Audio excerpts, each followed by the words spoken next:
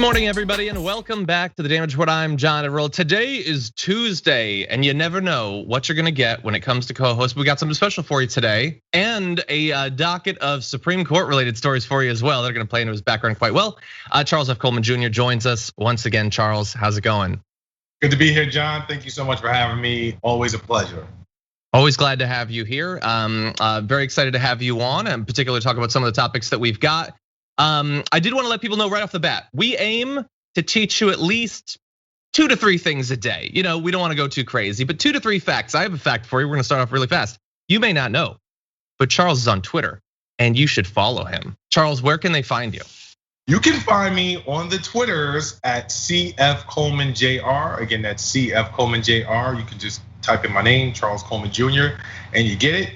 Really simple, right there, hit that follow button, and there you go.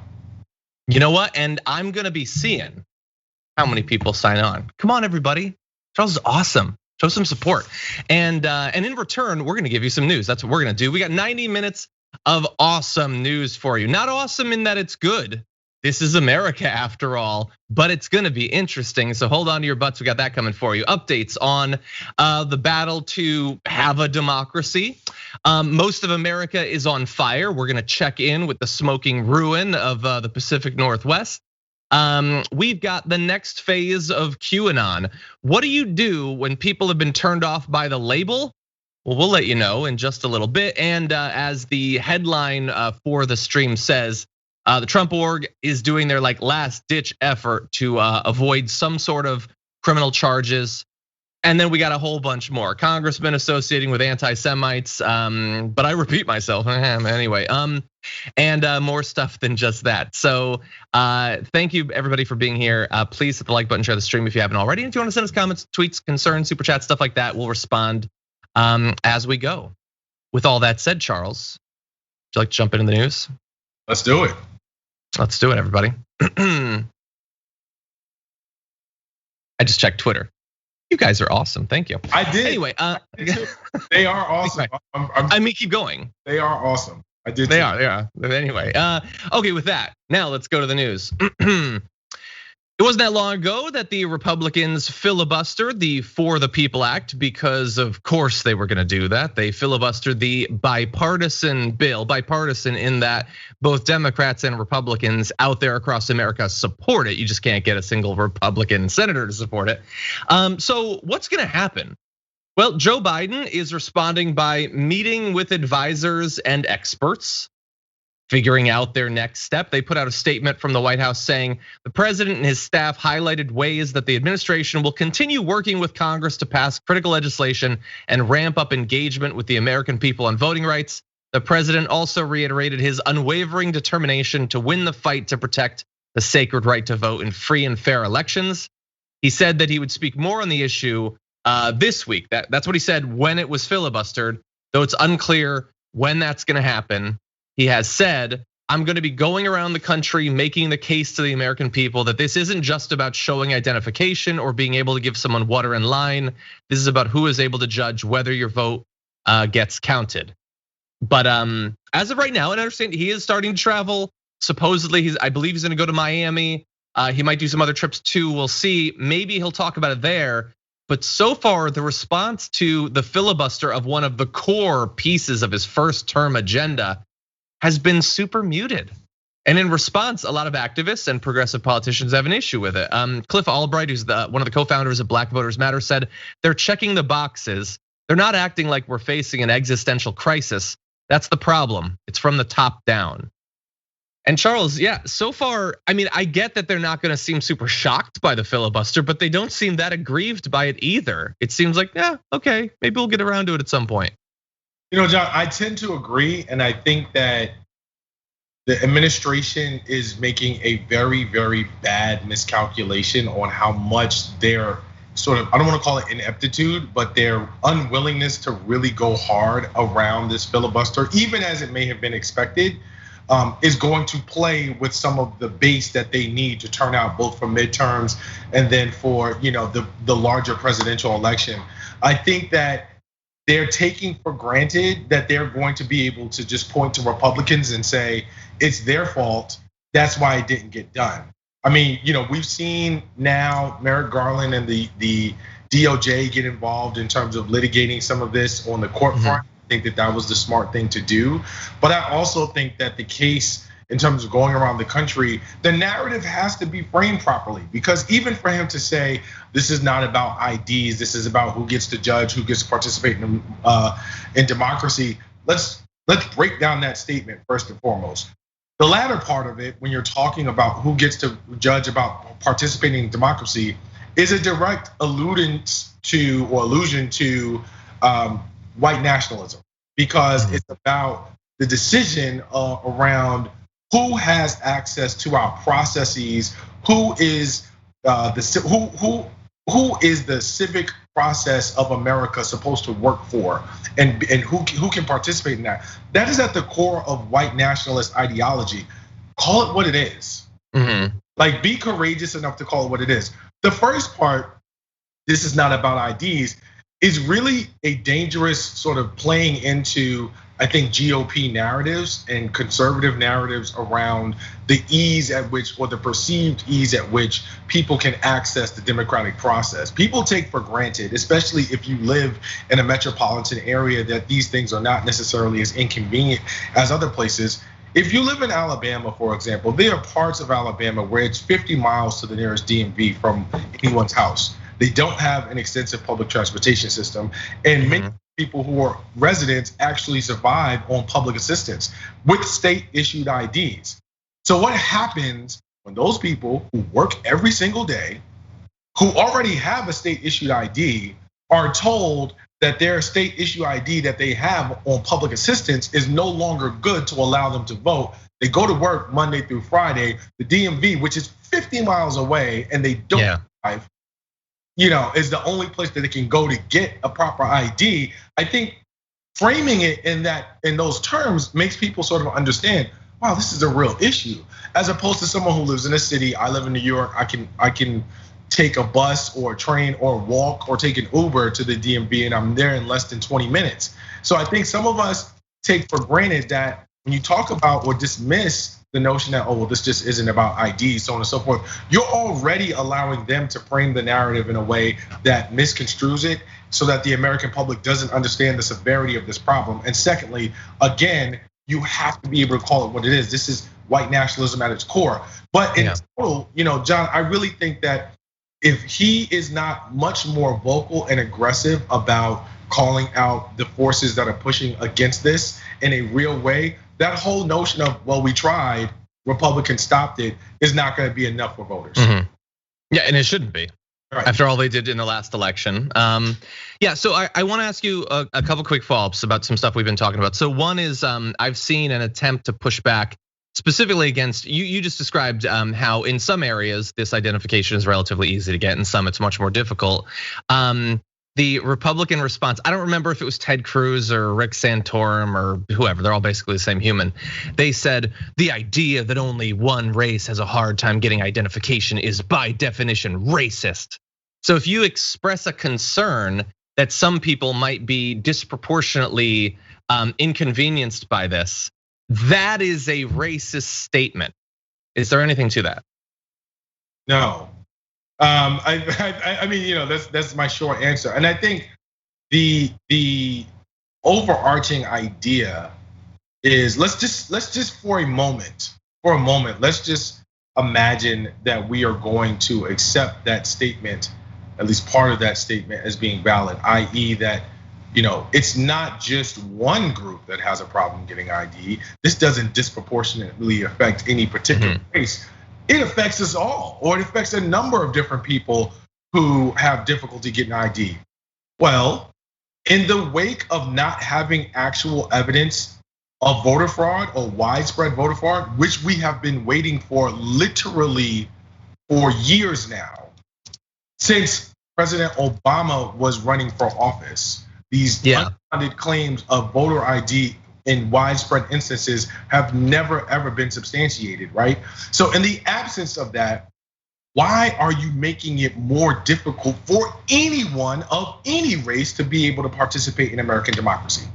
Yeah. So even if I accept what you're saying is true, which I do not for a number of reasons, but even if I accept what you're saying as being true, your overall conclusion is faulty, because you're just basically saying, I'm still okay with this being a harder process for people to access because it's harder for everybody, despite the fact that it's a fundamental tenet of our American democracy. Now, picking apart the actual nuance within the statement, it's also not true, because if you look at the places where there are voter ID laws and are voter ID restrictions, and the places that are disproportionately affected, they are overwhelmingly filled with people of color. They are overwhelmingly Black and brown people. So the statement itself from a factual place is false. And there are a number of structural inequities which further contribute to how, when properly contextualized, it's nonsensical. So yeah, the answer, it's a no all around. And even if it were a yes, why would you want to make it harder for people to vote when there's no evidence that the widespread voter fraud that you're claiming to guard against even exists? Yeah. Well, I mean, we know why. Well, right, of course. Yeah.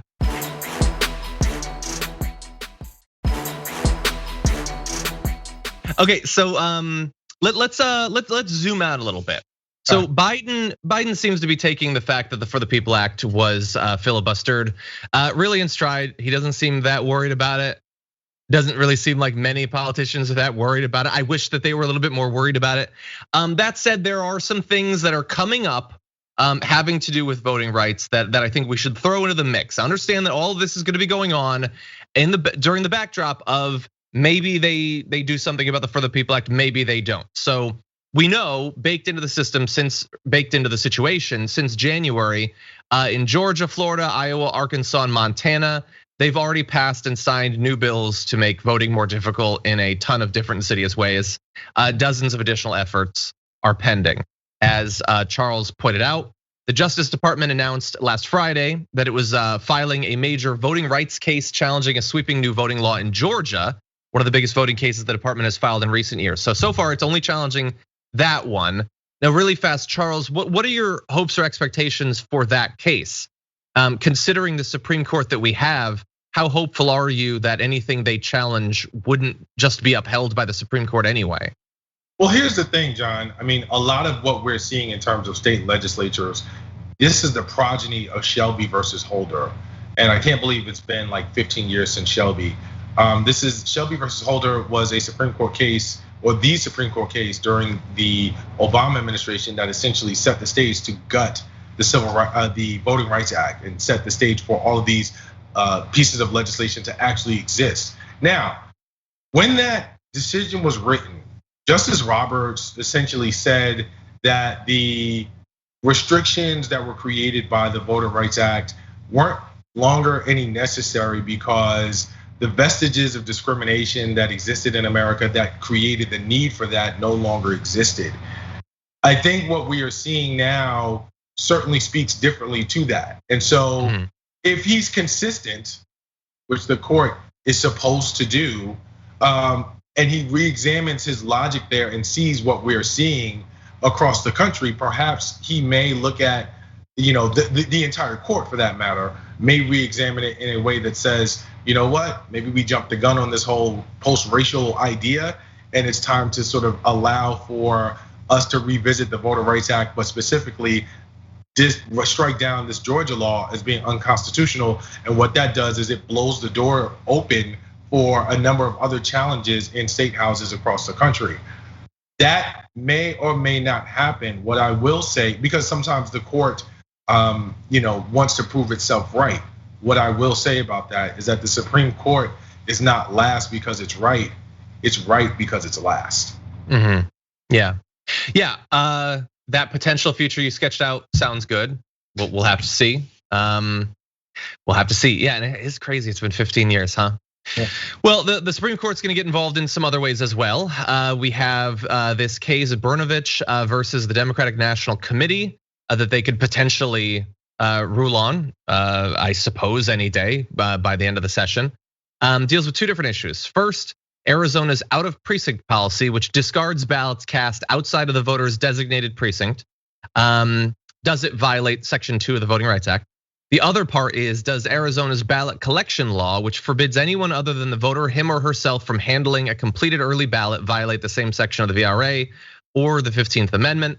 According to SCOTUS blog, during oral arguments back in March, it seemed like a majority of the justices were ready to uphold both of those provisions. So if anyone else helped you with your ballot, it could be discarded.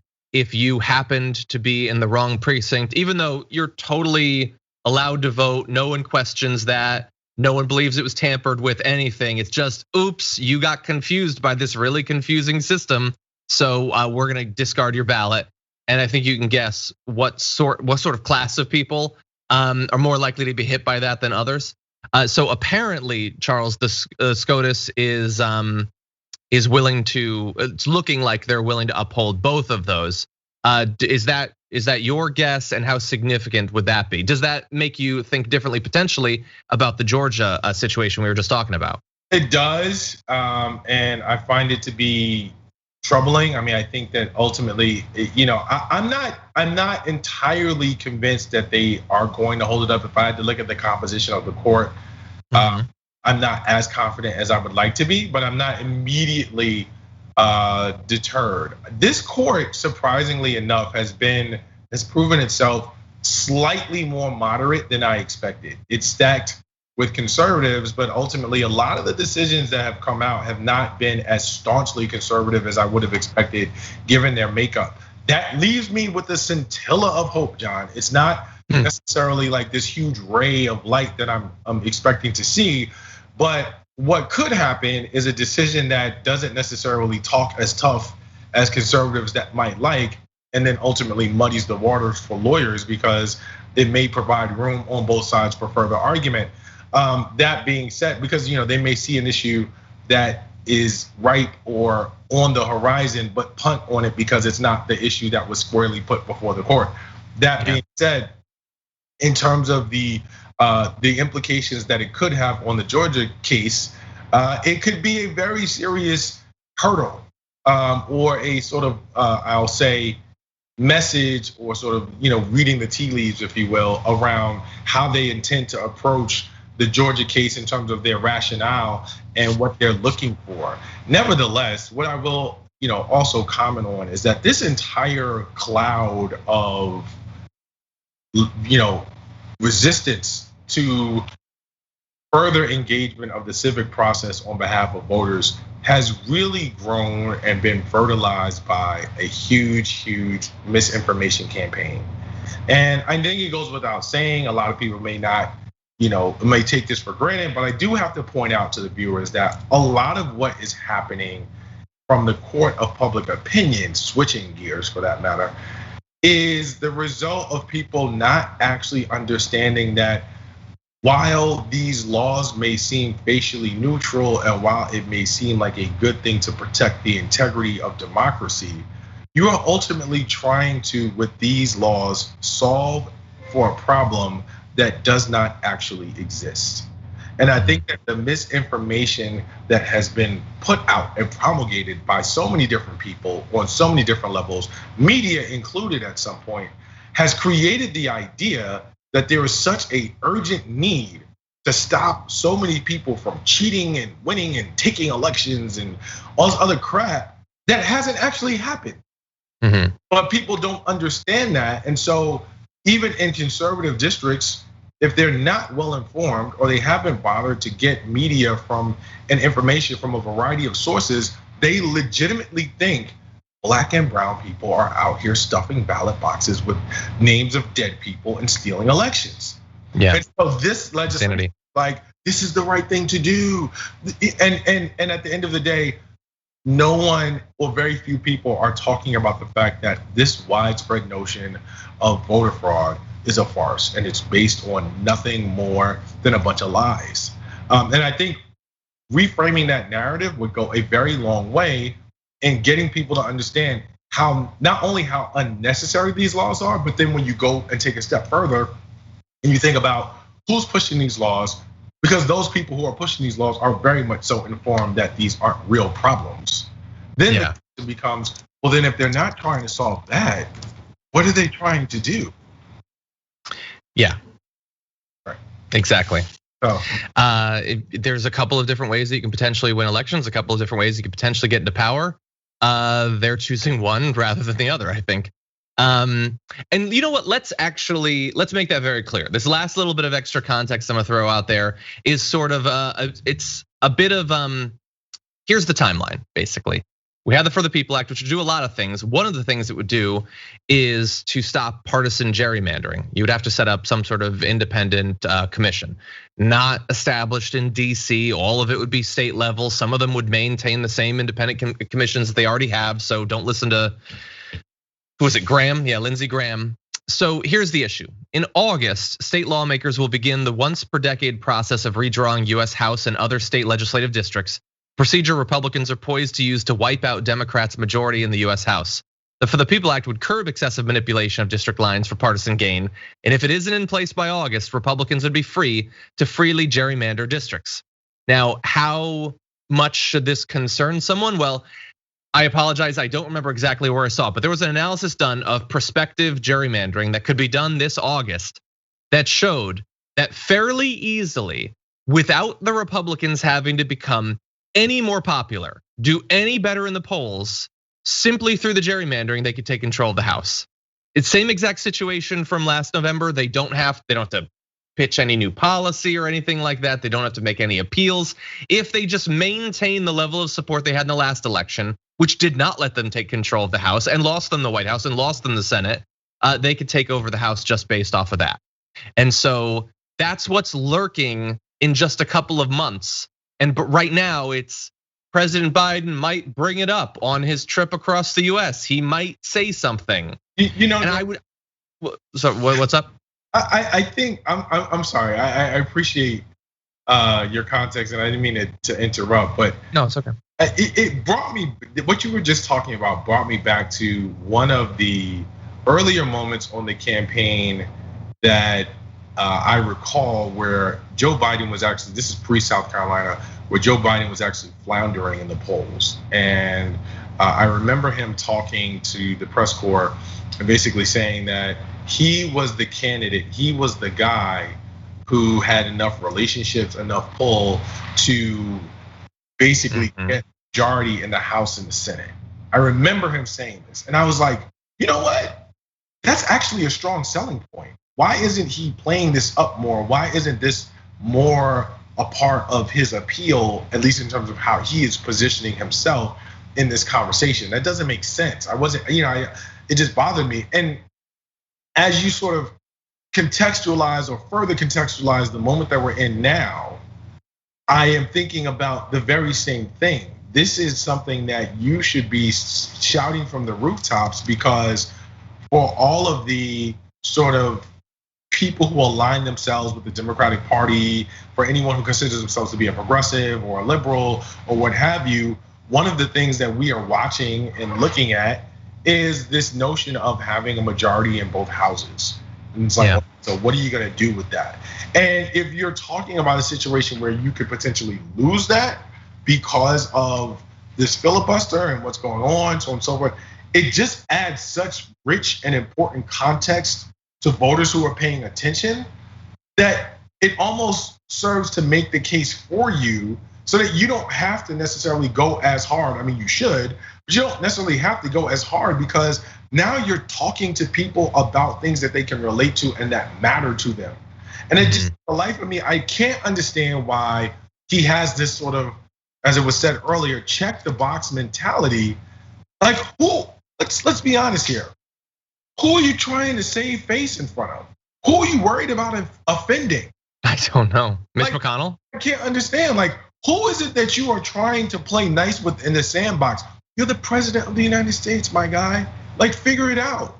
So, and again, I just don't, for all the sensibilities that are supposedly involved in politics and all the civility that is necessary in order to make Washington function somewhat, I still can't understand why being in that space, you're not for something that is a hallmark of your first term in office and will have very serious implications on A, whoever does run for president 3 years from now, and B, whether that person actually is going to be able to win, and then C, what kind of chambers of Congress you're handing over to them. I don't understand why you wouldn't make this a central part of your narrative. Yeah, I think that you're right. He wanted to be president, and he's gonna be president for like a couple more months. Will he use it? Stay tuned. Anyway, okay, we are gonna take our first break. When we come back, the heat wave is devastating the West Coast right now. We're gonna give you details on that and a bit of a look ahead to what might be coming to the East Coast. So stay tuned for that. We're gonna read some of your comments, respond to them after this.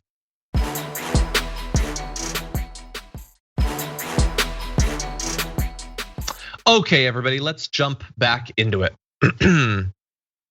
The predicted heat wave is now several days in, and it's bad all over the place, all over America, but the Pacific Northwest in particular has had it rough, and it's had it rough for a couple of different reasons. It's really an intersection of weather and climate, both of those things. And I know it's gonna be hard for the media, especially the right-wing media, to understand those two different things. We're gonna try to jump in a little bit. So first of all, it's a highly unusual weathered pattern that's currently in place over the Pacific Northwest. There's a record strong high pressure area known as a heat dome sitting over Washington State and British Columbia. This heat dome is yielding temperature departures from an average of between 25 to 50 degrees. So what that means is in any given spot, it might be 25 to 50 degrees hotter than it would otherwise be. And you can see that visualized in this heat map, which looks like the end of the world because it might be. Not necessarily today, but this is what it's like now. You know, we're always like, oh my God, 2050 is gonna be rough. 2075, Jesus, 2100, what's it gonna be like? What's Wednesday gonna be like, honestly? So yeah, you can see, let's bring up the heat map again. Like I can see a little bit of 35 above what it's supposed to be, a little bit of 36 above what it's supposed to be. Now, what does that look like for major cities where tons of people live? Well, Seattle surpassed its record, which was set on Sunday, by 4 degrees when it hit 108 degrees on Monday. A different report said 111 degrees in Seattle. Portland hit its 3rd consecutive record day, an all-time high of 116 degrees. And the Canadian town of Litman, I apologize, Canada, don't hate me, set a new national record for the 2nd straight day when it hit 118.2 degrees. And so simultaneously, I believe, based on what I read, the highest land temperature recorded in Canada. And as an example, in, I think it's Seattle's airport, it was 110 degrees. Normally, the expected high there would be 73 degrees. I cannot stress how big of a difference there is between 73 degrees and 111 degrees. We're gonna show you the difference in terms of infrastructure, because this is infrastructure week after all. But first, Charles, what do you think about this heat dome? It's really something. I think conservatives have missed the boat, and let me explain why. This was the perfect opportunity to break out the Biden is sending America to hell in a handbasket. So this was the week that they were able to actually say, you see, the end is near, we're burning up because of Biden, and this is God's. I mean, they have no problem invoking God to promote everything from slavery to segregation to anti-gay marriage and everything else. Why stop now? Just like this was, that's what I think. I think it's hot as hell. And I think that people would probably, just even that, like you went for Make America Great. So why wouldn't they go for it's hot as hell, vote Republican? Like, I just don't understand how they missed the boat on this as a perfect slogan and marketing opportunity in order to sort of, show that America is literally going to hell in a handbasket, or at least it feels.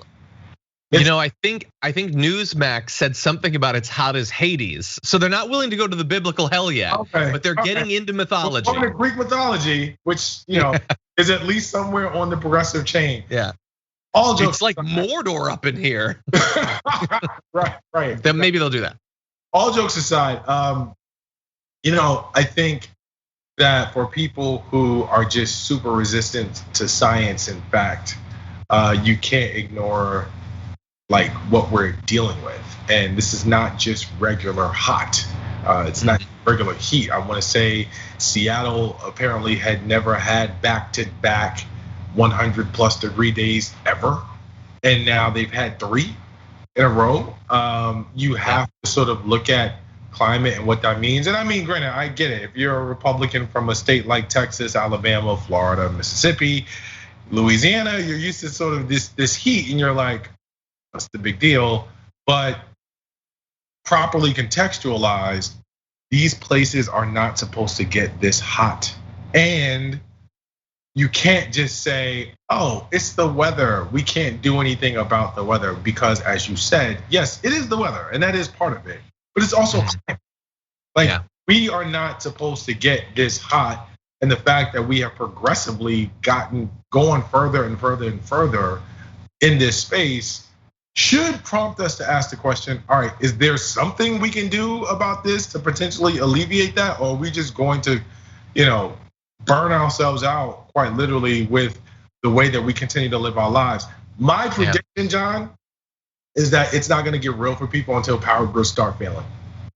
I think. Well, we've had a bit of it. Yeah, I think the more and more power grids start failing and people don't have the ability to go to a cooling center or to remain in their house and remain cool, then people are gonna be like, wait a minute, what in the F is going on around here? Like, that's gonna be.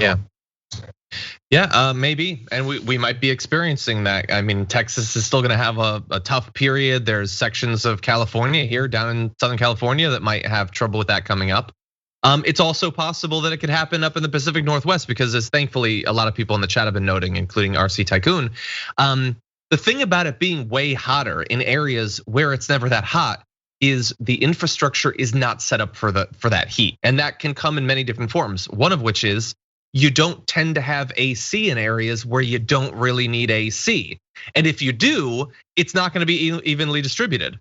Like working class, poor people are not going to have AC to the same degree as the wealthy. And so when a heat wave like this strikes something like Portland and Seattle, it doesn't strike everybody equally.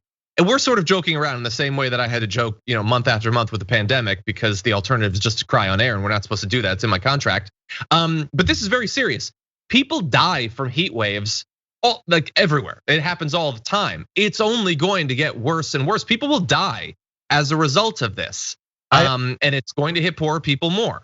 Really quickly, John, to your point, I didn't know this, but heat-related illnesses are the number one the number one weather-related cause of death in America.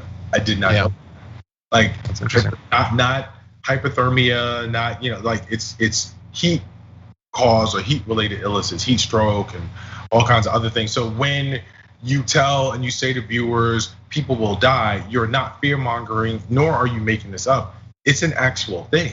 Like, it's a real thing. It is.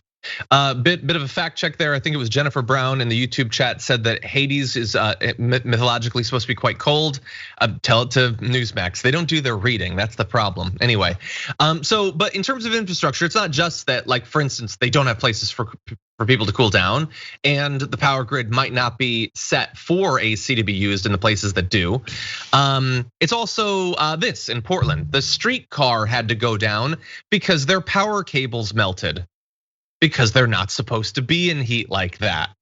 Like generators and stuff like that. Everything is set up for a particular range of temperatures, including roads. So State Route 544 had to be closed because the asphalt roadway buckled and broke. And you can find this in multiple different areas of the Pacific Northwest. Photos are going around. Their streets are literally failing because of it. And God help you if you have to walk on some of these streets, by the way. And so this is a disaster. It's not 75 years in the future. It's happening right now. It is part weather, yes, but it's part climate. And by the way, those two things aren't independent either, because high pressure areas like this heat dome are not going to happen the same rate in a world that's 2 degrees Celsius cooler as it is right now. So that is also being affected by this. And thankfully, I think the media is doing a little bit better of a job. I've read that something like 27% of the major news networks coverage segments about the heat wave mention climate. That's way higher than we've had in the past. It is still a small minority of the total amount of coverage, so just bear that in mind.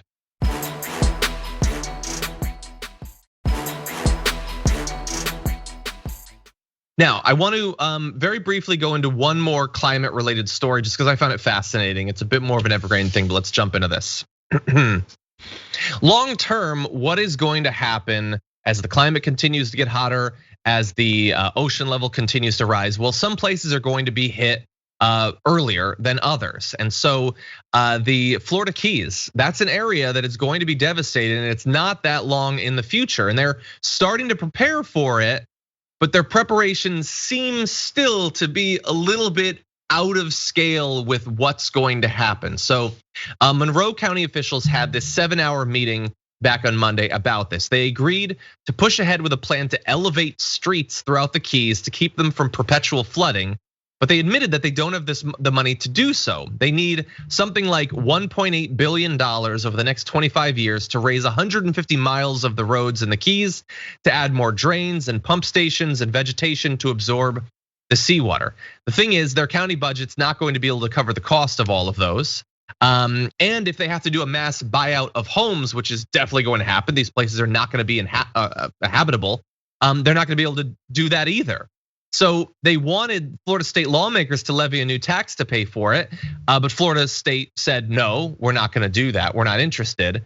And so right now, if the funding isn't found, there are going to be a lot of roads that you won't be able to traverse. There's gonna be homes you won't be able to live in. And all of this, by the way, this is just a brief little fix.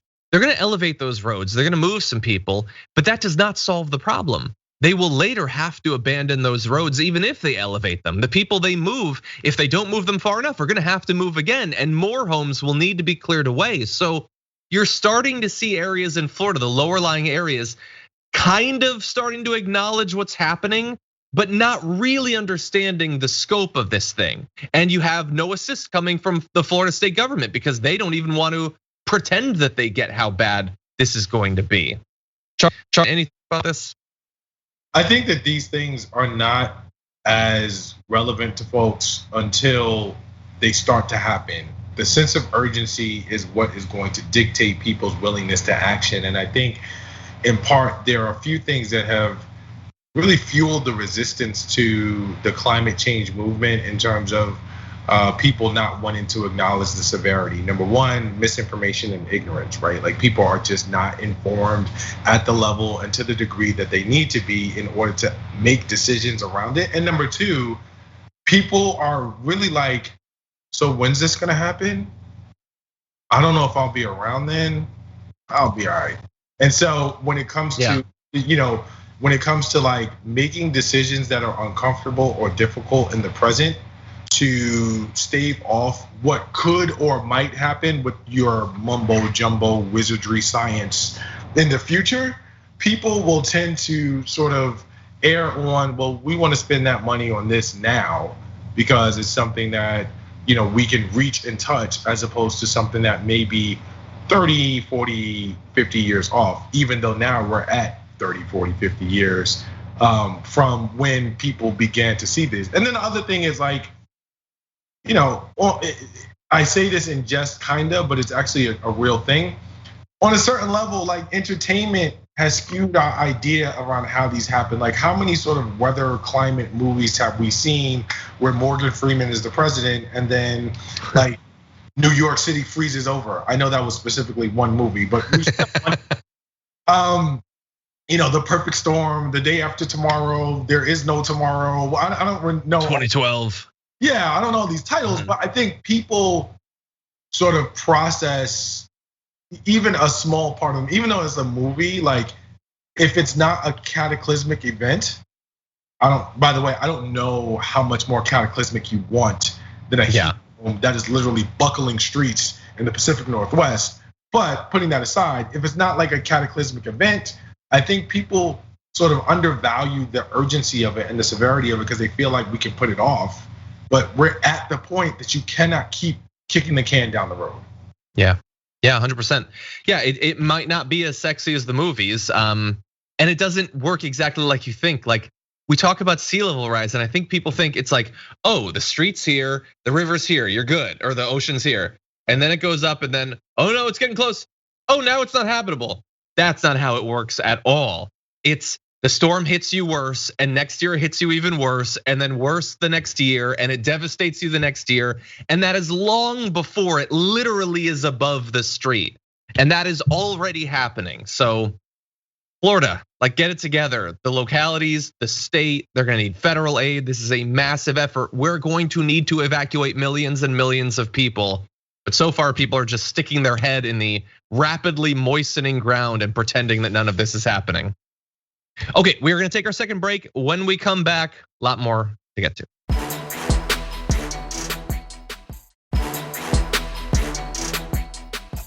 Okay, let's jump into something weird. We're gonna start off with this video. God's about to bring the whole house down, ladies and gentlemen. These bunch of sex trafficking mongrels are about to be exposed. These bunch of pedophiles in Hollywood are gonna be exposed for who they are. I don't care what you think about fraudulent Sleepy Joe. He's a sex trafficking, demon-possessed mongrel. He's of the left. He ain't no better than the Pope and Oprah Winfrey and Tom Hanks and the rest of that wicked crowd. God is gonna bring the whole house down.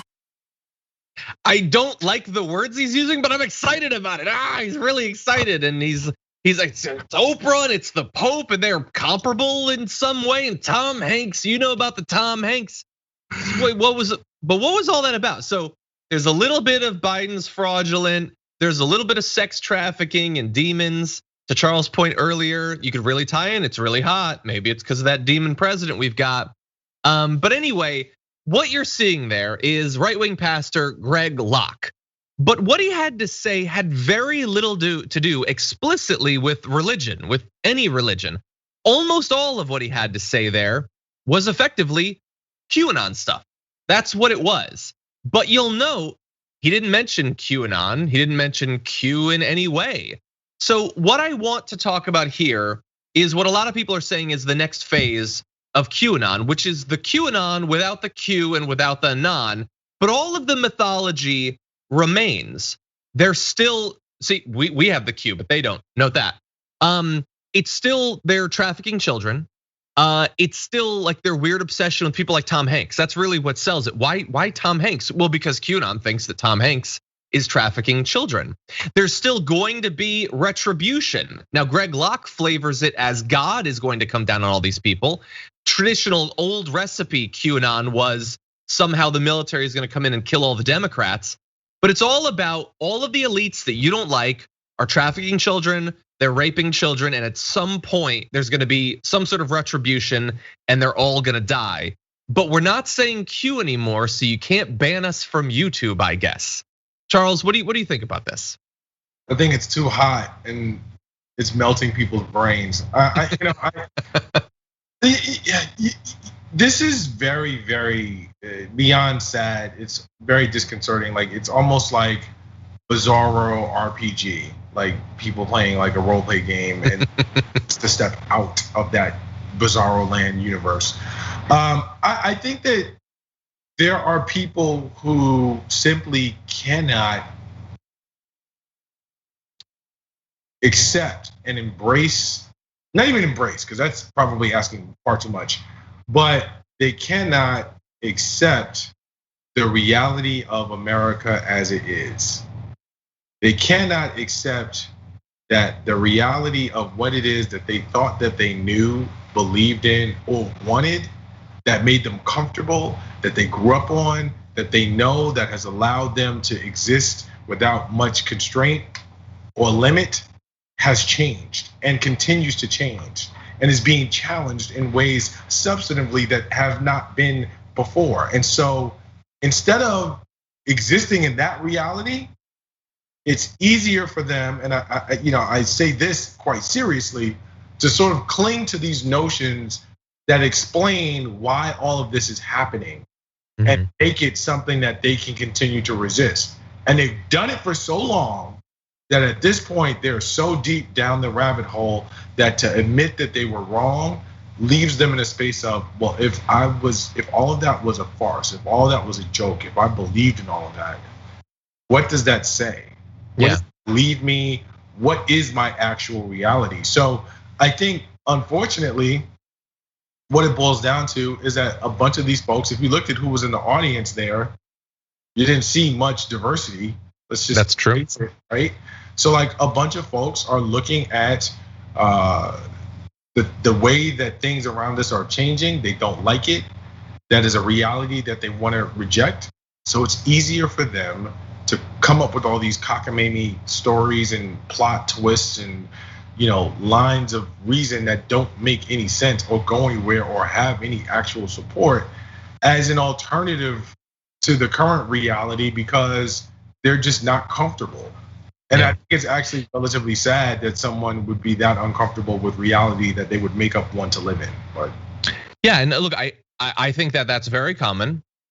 The thing that bothers me is that there's so many people that are ready to pounce on those. The millions and millions of Americans that have reached this level of psychological and emotional fragility that they cannot accept any more bad news, basically. Like it's avoidance of cognitive dissonance, basically. Like, I believe that this was going to happen. This didn't happen. That hurts. No, wait, it did happen somehow. That's easier somehow. And the need for things to be simplified. That I can't oppose Joe Biden because he's going to raise the corporate tax rate theoretically by a couple percentage points, which he isn't going to do. But let's say that's a reason to oppose him. That's not good enough. I have to oppose him because he is the literal devil. That's easier. It doesn't require as much thought and all of that. It has to be simple and it has to be what I want. And that's what you have with QAnon. That's what you have now. And this is sort of the Christian version of it. There's other versions too. Now, I want to play a little bit more of his video, and then we've got a poll for you because I'm curious what people think about this. So here's a bit more of Greg Locke. Do you really think it's that much of an epidemic?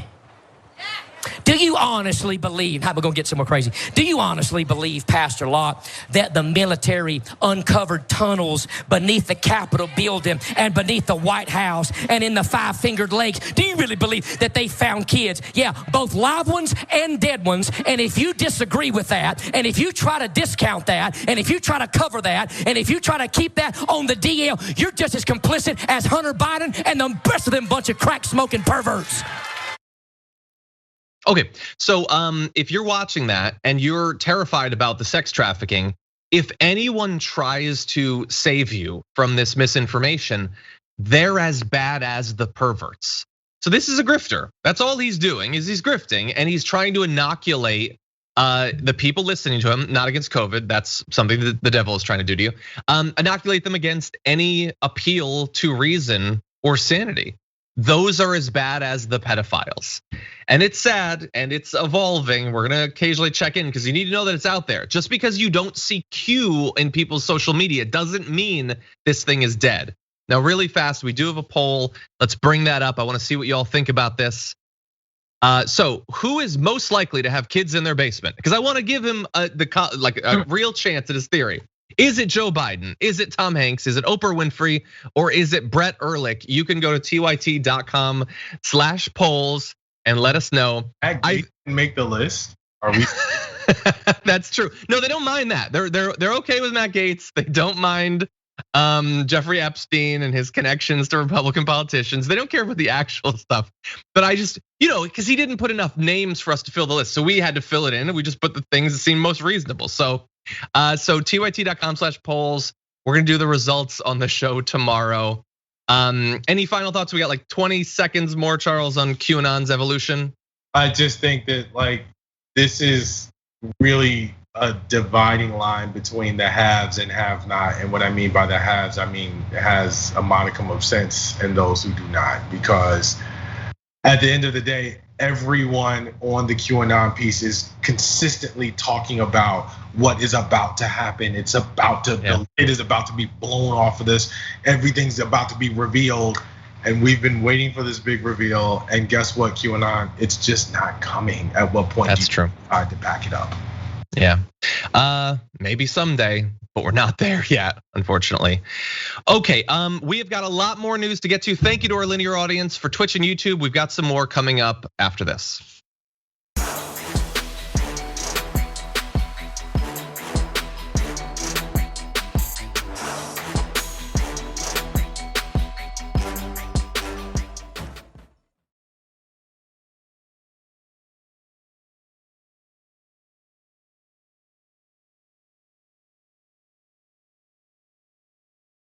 Thanks for listening to the full episode of The Damage Report. Support our work, listen ad-free, access members-only bonus content, and more by subscribing to Apple Podcasts at apple.co/TYT. I'm your host, John Adarola. I'll see you soon.